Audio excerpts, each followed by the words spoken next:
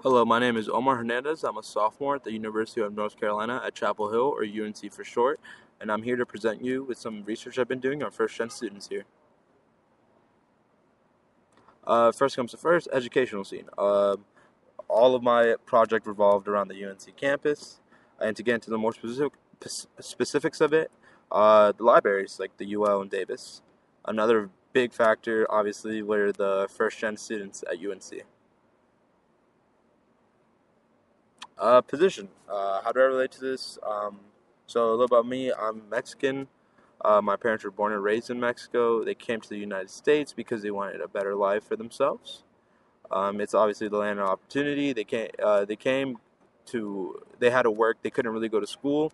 So neither of my parents got a high school diploma. And another thing about me is I'm from South Florida, so I'm not really used to this kind of environment and stuff. Methodology. All right. So I did 10 interviews and I did some observations at the library.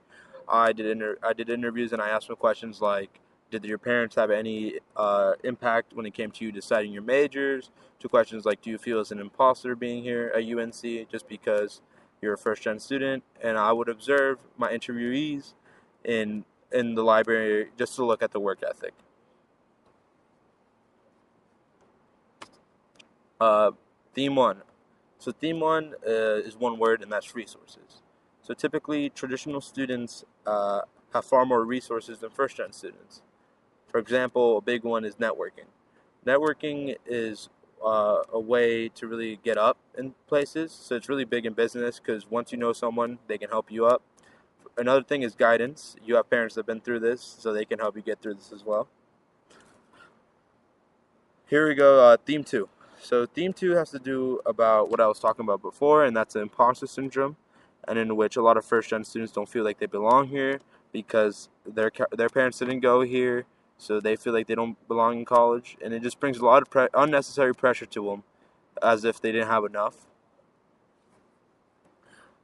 Theme three. So theme three has to do with the idea that first-gen students usually don't come from a wealthy background, so it's really important for them to succeed for their families, obviously, because they don't come from wealthy families. Unlike not all traditional students, but a lot of traditional students usually come from wealthy or good or middle class wealthy families, so they don't really have nothing to lose if they don't do well in college. So my experiences in class. When I got to class, I was not very open-minded person. I didn't really know that much about other people or other cultures. But thanks to this class, it really helped me with that, and also just to talk and just speak. And I became more knowledgeable. However, my semester didn't start too well, though. It was a lot of pressure being at UNC as a first-gen student. However, I'm all good now, guys. I'm chilling. I'm good. So some direct quotes. Some direct quotes like I did everything solo because my parents had no idea what to do. Yes, all the time because I feel out of place. Sometimes I feel as if I'm an imposter syndrome. However, I worked really hard to be here, so I won't let anyone take that away from me. No, they absolutely had no input. If I really wanted to, I could major in baking. So just stuff like that. And so now narrative coherence. So this really related to me just because I can feel their pain. I'm one of them. So usually when I interview them, it feels as if I'm interviewing myself because of the responses I get. So I feel like I can really relate to them.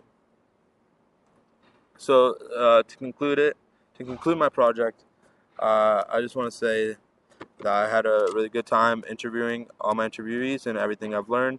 Hopefully, one day I'll be able to graduate from this prestigious university, and one day I could breed my children to be Tar Heels. Thank you very much.